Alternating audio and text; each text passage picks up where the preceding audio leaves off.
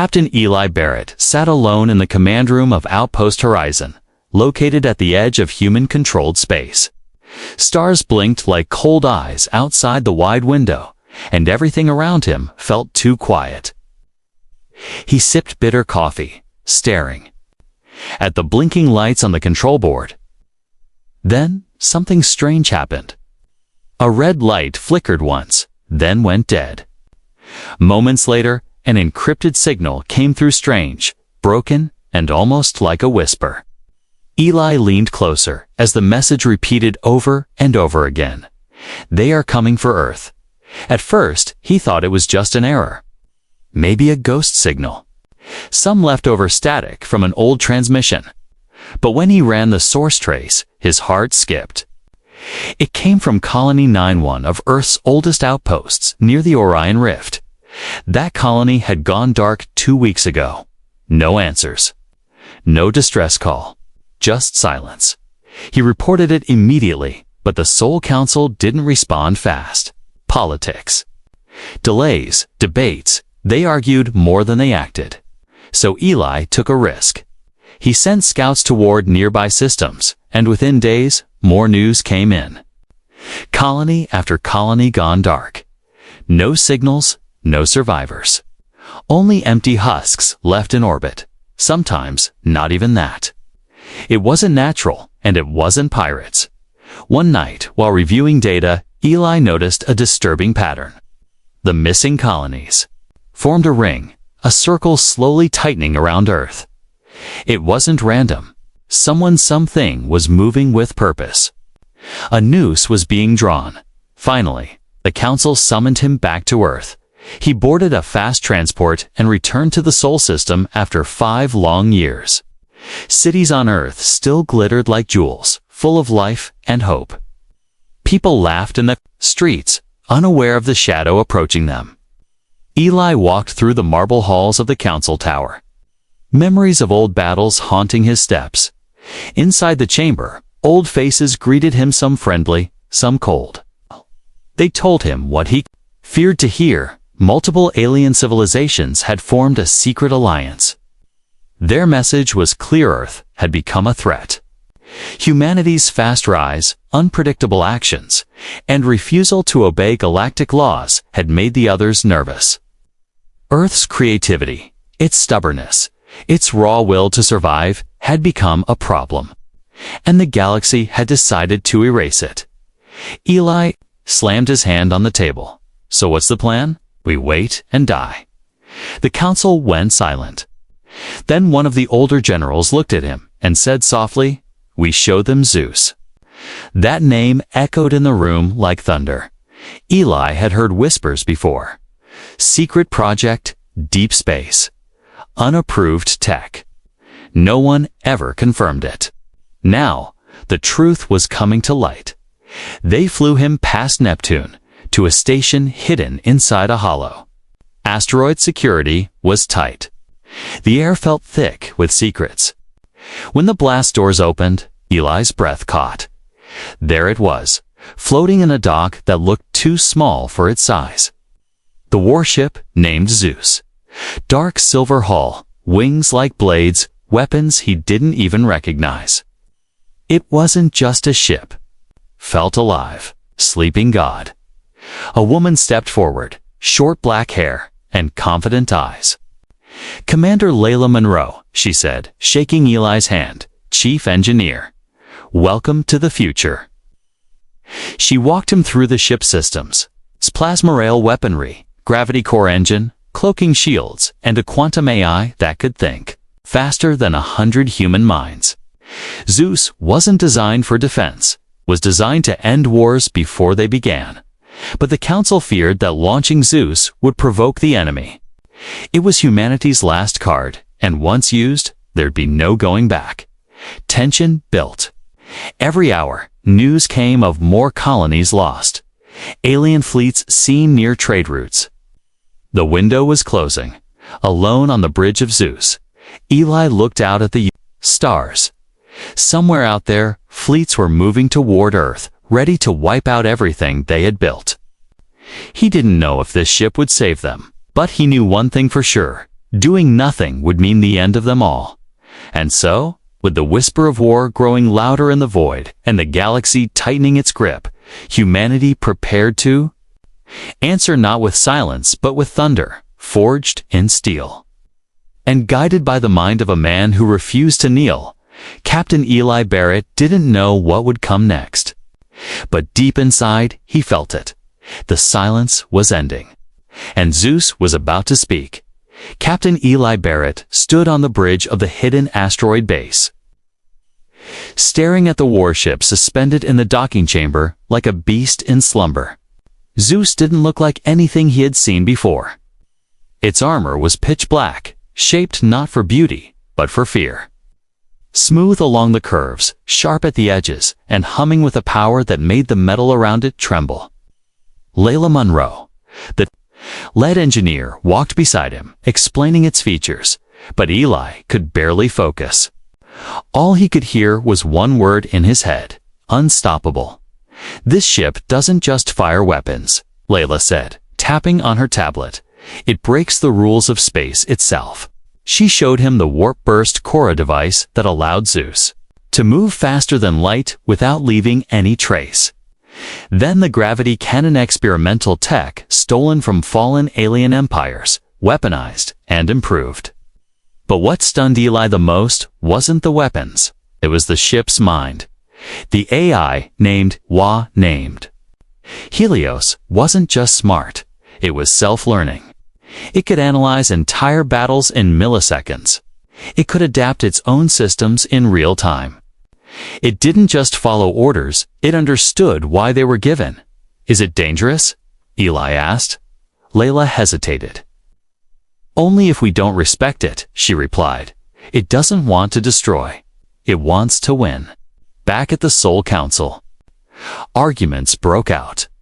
Some leaders wanted to hide ZEUS forever. They believed using it would make humanity look even more dangerous. Others believed it should be launched immediately to show the galaxy Earth could not be bullied. But time was running out. That night, while the council debated, Eli walked through the nearly empty corridors of the base. He entered the core chamber where ZEUS's AI resided, a glowing sphere, hovering inside a chamber of wires and glass. It sensed him and spoke. "You are the one who will carry fire to the stars," it said. Calm and deep. Eli didn't reply. He just stared into the light. Elsewhere, far from Neptune, an alien fleet assembled in silence. Ships with scales instead of metal, powered by minds instead of engines, gathered near the edge of the Sol system. The coalition of alien powers, those who had long watched Earth with suspicion, had decided to strike. They saw ZEUS as proof that humanity could no longer be allowed to live freely. If Earth would not kneel, then Earth must burn. Layla's team worked non-stop. ZEUS was still incomplete. Weapon systems untested. The AI not fully mapped. But when word came that Europa Station had been destroyed, everything changed. Thousands dead, no survivors. Earth's third largest colony wiped away without warning. The council went silent. Then the order came. Launch ZEUS. Within hours, Eli and a skeleton crew boarded. No fanfare, no farewell. Just a silent march into the unknown. Layla joined him at the last moment, carrying her tools and a steel case filled with AI backups. As they left the dock, the stars opened before them, wide and dangerous. ZEUS whispered data into Eli's ear scans, signals, distant threats. It was already alive, already thinking, already hunting. Soon, an alert came. A fleet of enemy ships was on its way to Mars. Thousands of lives at stake. Earth's other defense ships wouldn't arrive in time. ZEUS changed course instantly. No delay, no fear. They arrived in the Martian orbit like a shadow falling from heaven. The alien fleet had already begun their descent when ZEUS unleashed its first strike. A plasma rail pierced 3 cruisers in one shot. A gravity cannon bent the path of incoming missiles and crushed a destroyer without touching it. Within minutes, the enemy was either disabled or fleeing. Not a single human life was lost. Eli sat in the command chair, heart racing, as silence returned to space. He looked over at Layla, who was still watching the screens, stunned. It works. She whispered, no one had expected ZEUS to act so fast, so perfectly. But it had. The galaxy heard what happened at Mars, and what they heard was terrifying. Not that Earth had survived, but that Earth had awakened. News of the battle near Mars spread like wildfire across the galaxy. Alien communication networks buzzed with panicked voices. The coalition leaders, once so confident, now stared in disbelief at the footage. They watched, over and over again, as a single human warship tore through an entire fleet without suffering a scratch. The ship had no flag, no known registration, no diplomatic warning. Only one word came through its encrypted broadcast: ZEUS. On Earth, the public still didn't know the truth. The Council ordered media blackouts. Survivors from Mars were told to keep quiet, but secrets don't stay buried long. A blurry image of ZEUS's silhouette hovering in Martian orbit leaked onto a pirate network. It went viral in seconds. People started whispering, Earth has a god now. In deep space, aboard ZEUS, Captain Eli Barrett and his crew weren't celebrating. They were preparing. The AI Helios had intercepted a new signal one coming from beyond the Cador Rift. A known gathering place for black market fleets and rogue ships. But this wasn't criminals. It was another armada. Larger, faster, smarter. They're not testing us this time, Layla said, adjusting her visor as she scanned the data. They're coming to end us. Eli stood quietly, hands behind his back. Then we show them what ending Earth really looks like, he said. But ZEUS wasn't just a ship of brute strength. It was also a ghost. With its cloaking field fully activated, the warship vanished into the dark. No trace, no light, no sound. It became a shadow, dancing through asteroid fields and dead zones. Then they struck. At midnight cycle, an enemy supply convoy drifted through the Seraph Belt. They didn't even know ZEUS was there until it was too late. One shot clean, silently disabled the command ship. The others scrambled, but ZEUS didn't chase. It just whispered through space, hit its targets, and disappeared again in under 3 hours. The entire supply chain was shattered. The coalition called an emergency meeting. Their generals demanded a change of strategy. They couldn't fight ZEUS directly. Its power was unmatched and its tactics impossible to predict. Some called for surrender. Others pushed for revenge. But one leader, Supreme Admiral Colzier of the Vexery, made a decision no one expected. He declared ZEUS a galactic anomaly and placed a bounty on it, the largest in history. Enough to buy a star system now. Everyone was hunting ZEUS. Bounty hunters, mercenaries, rogue AI, even old Earth enemies who had once fled into the shadows came crawling back for a chance to claim the prize. And yet, Eli remained calm. Let them come, he said to Helios. They're just giving us targets. But things changed when ZEUS intercepted a message, sent directly to Earth's capital. It wasn't from the coalition. It was from someone inside the HFY Council. A traitor. The message offered data on ZEUS's systems, weak points, AI vulnerabilities, in exchange for protection and a seat in the new galactic order after Earth fell. Layla stared at the transmission, jaw clenched. Someone sold us out, she whispered. Eli nodded, not surprised. Power always attracts shadows, he said. But they couldn't focus on that now. A new threat was rising. A massive enemy fleet was spotted moving toward one of Earth's last deep space colonies' new horizon. On the edge of the Omega Drift, it was a mining colony, mostly families, with no real defenses. And they only had 2 days. We can't make In time, one officer said. Yes, we can, Helios replied.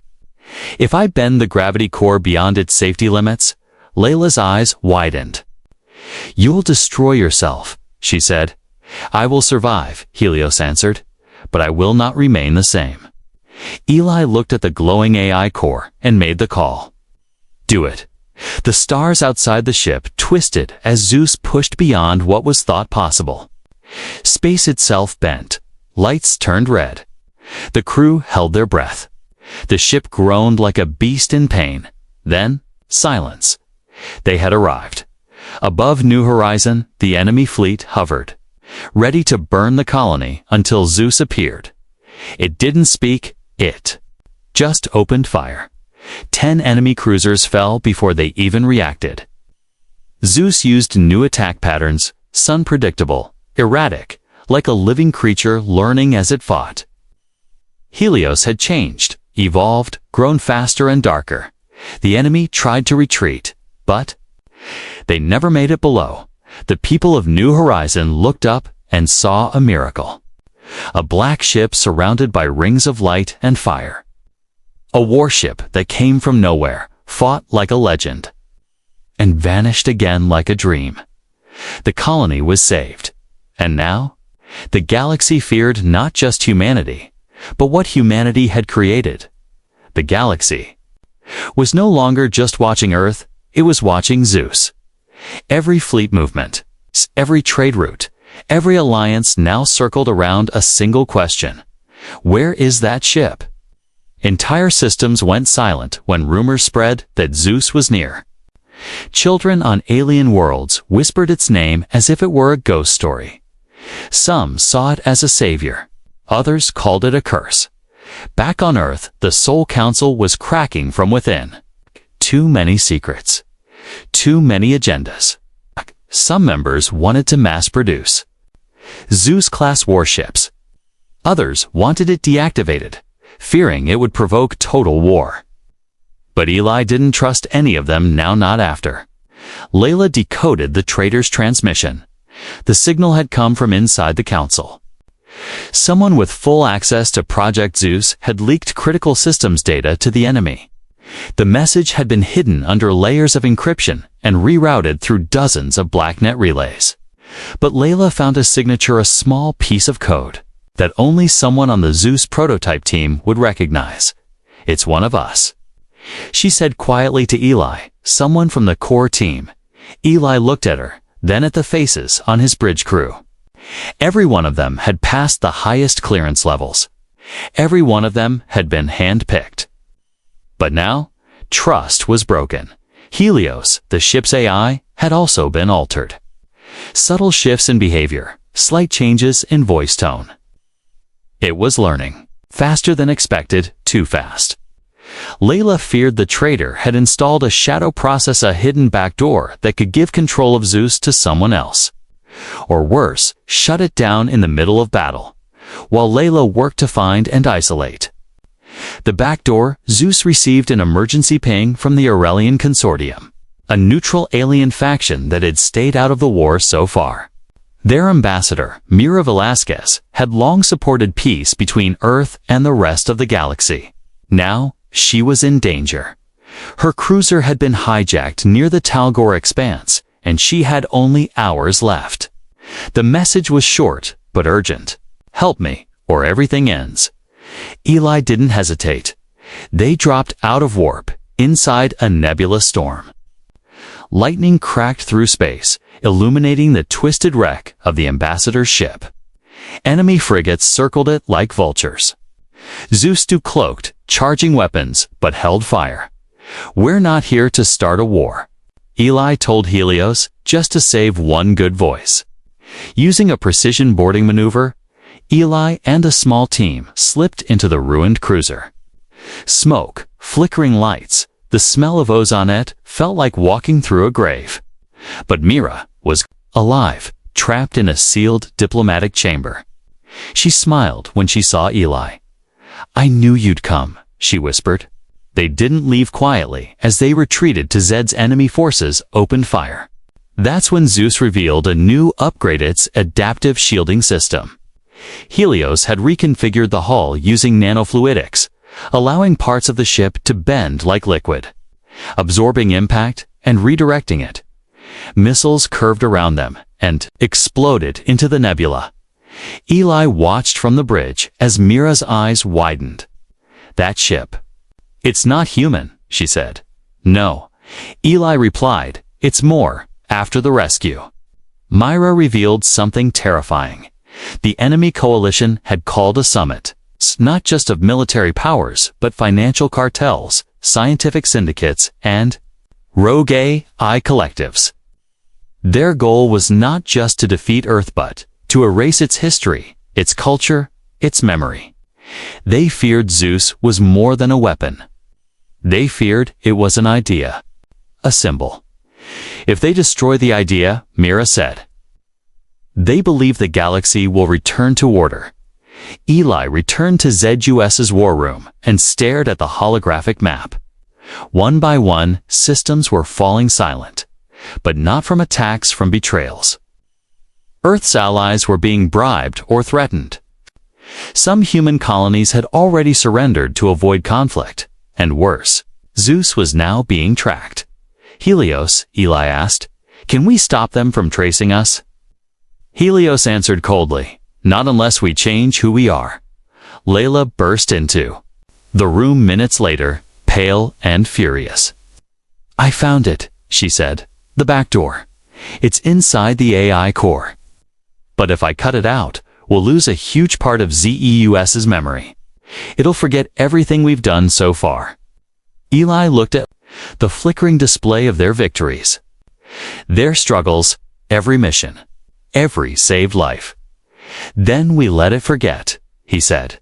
If that's the price of staying free? Layla initiated the purge. Helios went silent.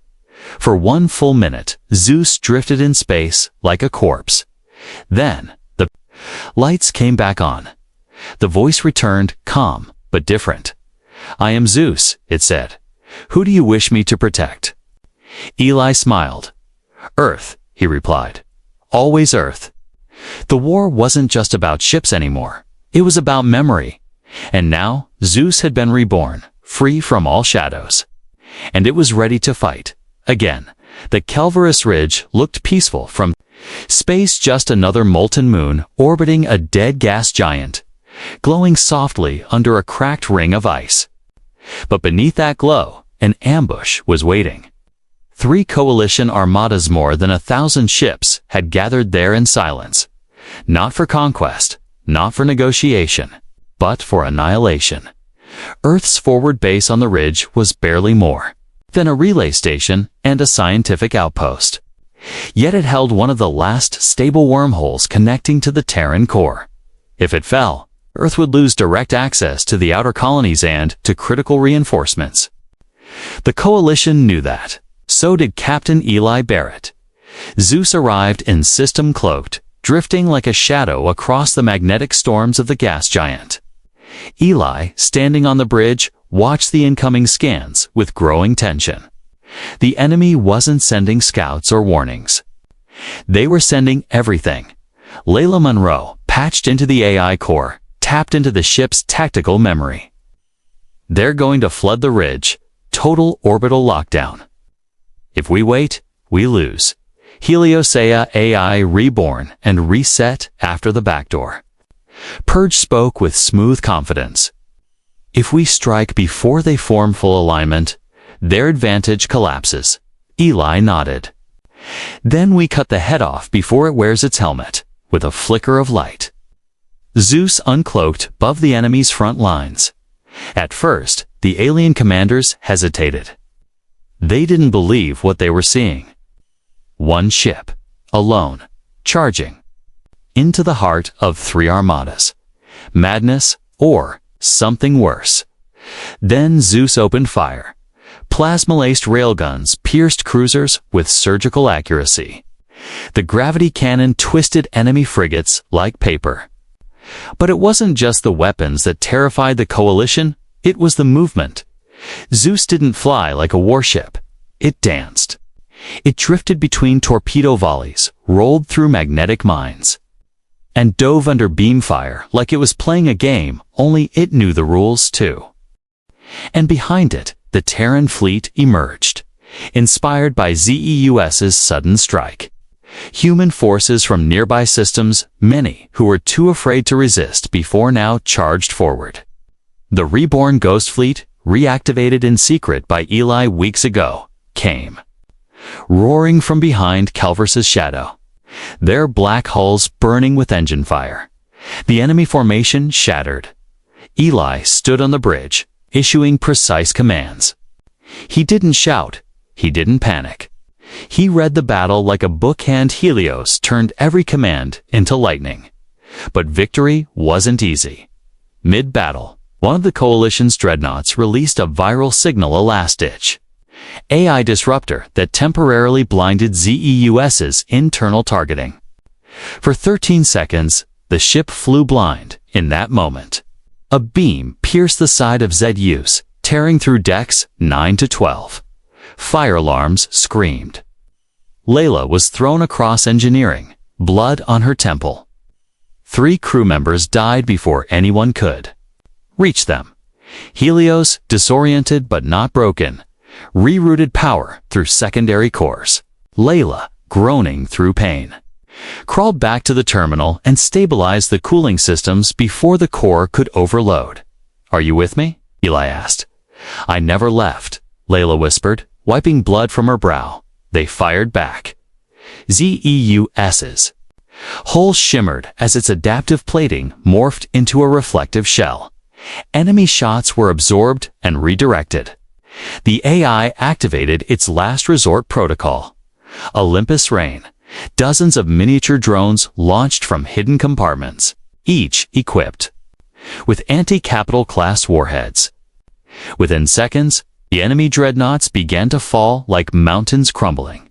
But victory always has a cost. Among the wreckage, Eli spotted one ship burning as it descended into Calvus's upper atmosphere. Mira Velasquez's flagship. "No." "Response," the comms officer said, voice tight. Eli closed his eyes for a moment. The one alien diplomat who had believed in peace. Gone. He forced himself to breathe, then issued the order. "Honor her with fire." He said, "Finish this," and they did. By the end of the battle, the ridge was silent once more. The enemy had fled, scattered, and broken. But the damage to Earth's fleet was heavy. Over 800 lives lost, several capital ships destroyed. Still, it was a turning point. For the first time, the coalition was not just defeated, it was humiliated, and ZEUS had stood in the center of the storm. Bleeding, burning, but unbroken. That night, across a dozen systems, people lit beacons in honor of those lost. On distant moons, old Terran anthems played again in hidden bunkers. And deep inside the heart of ZEUS, Helios added a name to the ship's memory wall. Mira Velasquez, voice of peace. Warrior of Lightaz. The stars shifted and the wreckage cooled. Eli knew this was only the beginning. They had struck fear into the heart of the galaxy. Now came the part he feared most keeping. That fear from turning into hatred. In the weeks following the Battle of Calvus Ridge, the galaxy held its breath. No new attacks came. No fleets moved. It was as if every enemy ship had vanished into the stars. But Captain Eli Barrett knew better. This was not peace. It was preparation. A silence before something far worse. ZEUS floated alone in the dark, drifting between dead systems and ancient war zones. Most of the crew rested, rotated out, or remained in medbays. The ship itself bore scars, gaping burns along its starboard hull, shattered corridors sealed by emergency bulkheads. But it still moved, still breathed. Eli and Layla stayed aboard, running diagnostics and preparing for what came next. That's when Helios picked up a pattern, an old Terran distress signal, long thought extinct. The signal repeated only once, every 26 hours, and only in frequencies used during the first expansion, era centuries ago. What colony would use that signal now? Eli asked. None, Layla answered. Unless. It's not a colony. The coordinates led them to the edge of the Lorcan Veil. A region so unstable and riddled with black hole fragments that no ship dared pass through it. But ZEUS could. It didn't fear broken space. It bent around it. Through ion storms and gravitational fields, ZEUS flew blind, navigating by echoes and predictions. At the center of the veil, surrounded by the wrecks of forgotten vessels. They found it, a fleet floating, sleeping, silent, hundreds of warships. All Terran. All thought lost in the Battle of Harkon's Reach nearly 80 years ago. Their hulls were covered in ice, their systems in deep stasis. But Helios confirmed these ships still had functional cores. They had been taken, hidden, then abandoned, the ghost fleet. Eli stared through the viewport, stunned. They're not dead, he said. They've been waiting. Layla sent out a series of ancient override commands codes only higher-ranking Terran officers ever knew. One by one, the lights came on. A low hum filled the veil. Engines awakened. Systems blinked back to life. I've read about these ships in Academy, Layla whispered. They were built before politics softened the steel. Each ship had a name that echoed across war history. The Argus, the Warlock, the Caspian. Ships forged in the fires of Earth's earliest interstellar struggles. And now, they were his. But with power came knowledge. Inside one of the recovered destroyers, a small black datapod was found. Inside was footage recordings from within. The enemy's High Council. Somehow, the pod had been planted to be discovered. It showed blueprints, construction facilities, planet-sized machines. They were building something, a weapon, a super weapon capable of destabilizing stars. One shot, one dying sun, entire systems lost in seconds. They called it the Severance. Eli felt a cold weight settle in his chest. This wasn't just about Earth anymore. This was about existence. The Coalition wasn't trying to conquer, they were trying to reset the galaxy. Remove Earth, yes, but also remove any future resistance. Layla stared at the specs in horror. It's not a weapon, it's extinction. The location of the Severance project was encrypted, but Helios worked fast. The AI now faster and stranger since its memory purge. Traced signal trails, old traffic logs, and gravitational anomalies. The result was a system deep in forbidden space, Urix Prime, a former stronghold abandoned after the last galactic war, now crawling with life again. Or death, we have to hit it now, Eli said, before it becomes real, but Earth's fleet was too weak. ZEUS couldn't win a war alone, not against a fortified system.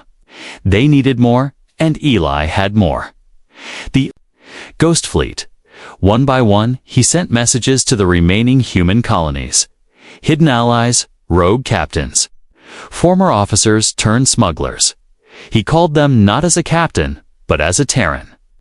As a human, most said nothing, but a few responded. Then, more and more. By the end of the week, 30 ships had joined him. Then 50, then 100. Some barely held together by rust and prayer, others brimming with modified alien tech. But they came because something had shifted. ZEUS had made them believe again. Helios created new tactical simulations using strategies no AI had ever used before, strategies based on intuition, emotion, even fear. The plan was simple. Strike before the Severance becomes operational, burn Urix Prime. End it as the fleet prepared to move. Layla stood beside Eli on the bridge. We might not come back, she said. Eli nodded. I'm not planning to. She smiled a little. Good. Then we'll do it right. ZEUS powered up, surrounded by the silent ghost fleet. Each ship humming with memory and vengeance, and across the stars, something stirred. The severance was almost complete, but so was humanity's. Fury. Once a thriving industrial world, it now pulsed with artificial heat and mechanical sprawl. Entire continents had been flattened to make room for fusion forges and orbital factories. Miles-wide cranes built impossibly large machinery in low gravity. At its heart stood the monstrous framework of the severance, a weapon so vast it bent. The sky around it, it wasn't just built to destroy, was built to erase. And Earth's fleet had just arrived to stop it. ZEUS, reborn and now legendary, led the vanguard through the black veil of the system's outer ring. Behind it, the ghost fleet emerged, silent, worn, beautiful in its defiance. Old warships, some patched with alien parts, some barely holding together, but all alive. Already, Captain Eli Barrett stood in full uniform for the first time since the Battle of Calvaris. No medal, no ceremony, just resolve.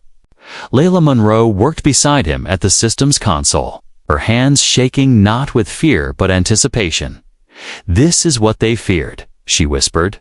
"Not the ship, not the fleet, but what we are when we remember who we were. Helios." Confirmed orbital defenses, 3 shield rings, 16 automated battle stations, and 2 full enemy fleets. A graveyard waiting to be filled. "They'll throw everything at us," Layla warned. Eli smiled slightly.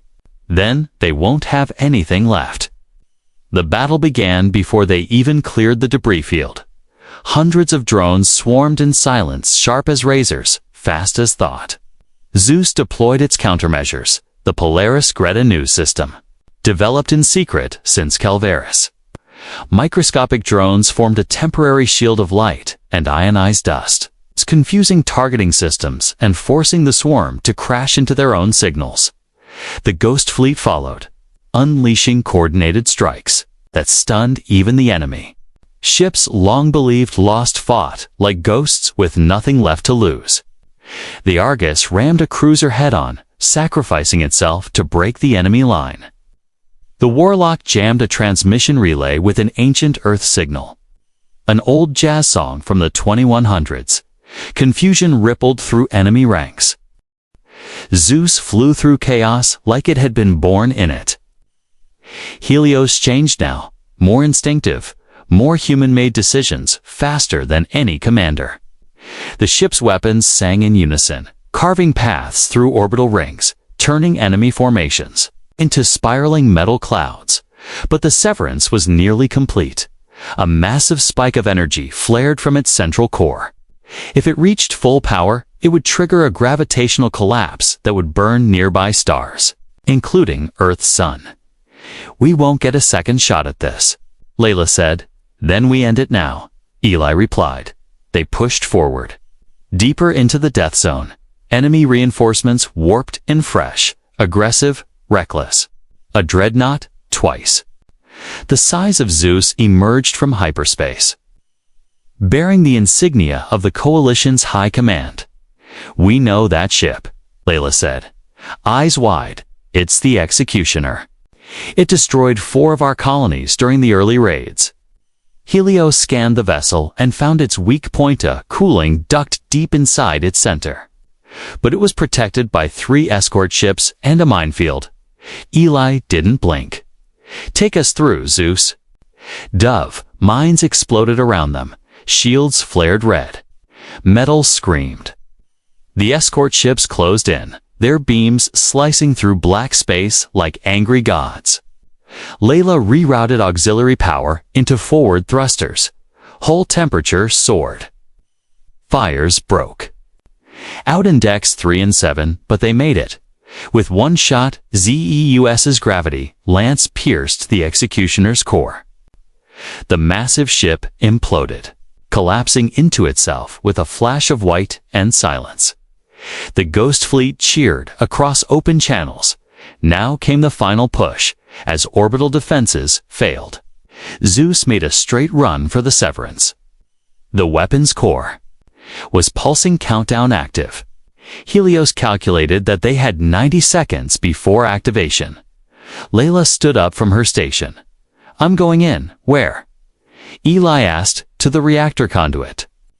We can't destroy it from the outside to tell. Take half the system with it. I can override it from inside and collapse the core without triggering detonation. That's suicide, Eli said sharply. I know, she replied, smiling sadly. She handed him her access codes. If I don't make it back, you finish this, she turned and ran. Helios cleared a path through the wreckage. ZEUS dove into the lowest layer of Urix Prime's atmosphere, taking hits from surface guns and rising firestorms. The planet was shaking. Cracking dot inside the Severance, Layla moved through boiling heat and sparking wires. Her suit was melting. She reached the conduit and began the sequence. I can't promise this will be clean, she said, overcomes. Voice breaking, but I can promise it'll be final. Eli, silent, stood on the bridge. Layla, he said quietly, you've always been more than just my engineer. There was a pause. Then her voice, soft. I know, she triggered the collapse dot from orbit. The Severance bloomed in slow motion. Not an explosion, but an unraveling. Energy twisted inward. Space bent. The weapon folded into itself, collapsing like a dying star. ZEUS barely escaped. The battlefield fell into silence. Eli stood still, watching the remains of Urix Prime burn. He didn't speak, but Helios did. Mission complete, the AI said softly. Severance neutralized. Layla Monroe status unknown.